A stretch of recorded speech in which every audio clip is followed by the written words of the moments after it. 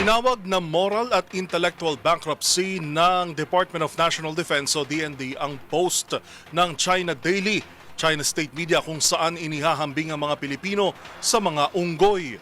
Para sa kagawaran, pagpapakita lamang ito ng kanilang walang kakayahang depensahan ang kanilang argumento sa 2016 arbitral ruling kung saan pumapanig sa Pilipinas. Ang buong pahayag ihahatid live ni Edniel Parosa. Edniel. Wala ng tanggulang pambansa ang Artificial Intelligence o AI video ng government-controlled media na China Daily na nagkalarawan sa mga Pilipino bilang isang unggoy.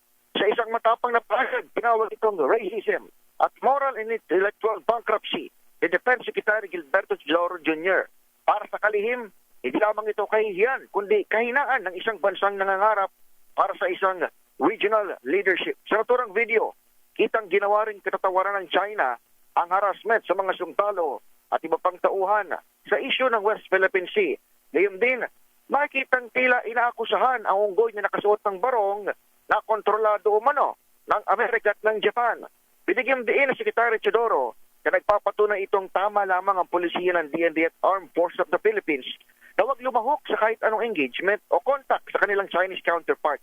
Sa iulay na pahayag, unang sinita ni Philippine Coast Guard spokesman for the West Philippine Sea, Rear Admiral J. Tariela, ang naturang AI video.